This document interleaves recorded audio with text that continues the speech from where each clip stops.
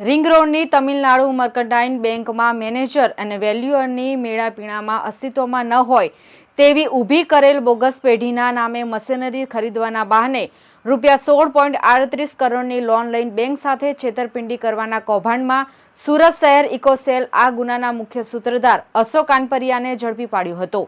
આ પ્રકરણમાં અગાઉ 28 આરોપીઓની ધરપકડ કરવામાં આવી છે।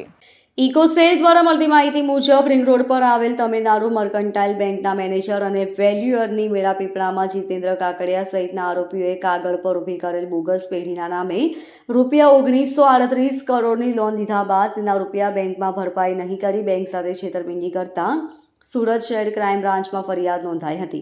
આ કરોડો રૂપિયાની લોન કૌભાંડમાં તપાસ કરી રહેલ સુરત શહેર ઇકોસેલે અગાઉ 28 આરોપીઓની ધરપકડ કરી હતી, જ્યારે 12 જૂન 2025ના રોજ આ ગુનાનો મુખ્ય સૂત્રધાર આરોપી અશોક કાલુભાઈ કાનપરિયાને ઝડપી પાડ્યો હતો। પોલીસે તપાસમાં આરોપી અશોક કાનપરિયાએ પોતાની પત્ની સહ આરોપી શીતલબેન અશોકભાઈ કાનપરિયાના નામે 1 કરોડની અને તેના ભાઈ સંજયભાઈ કાલુભાઈ કાનપરિયાના નામે 75 લાખની લોન લીધી હતી।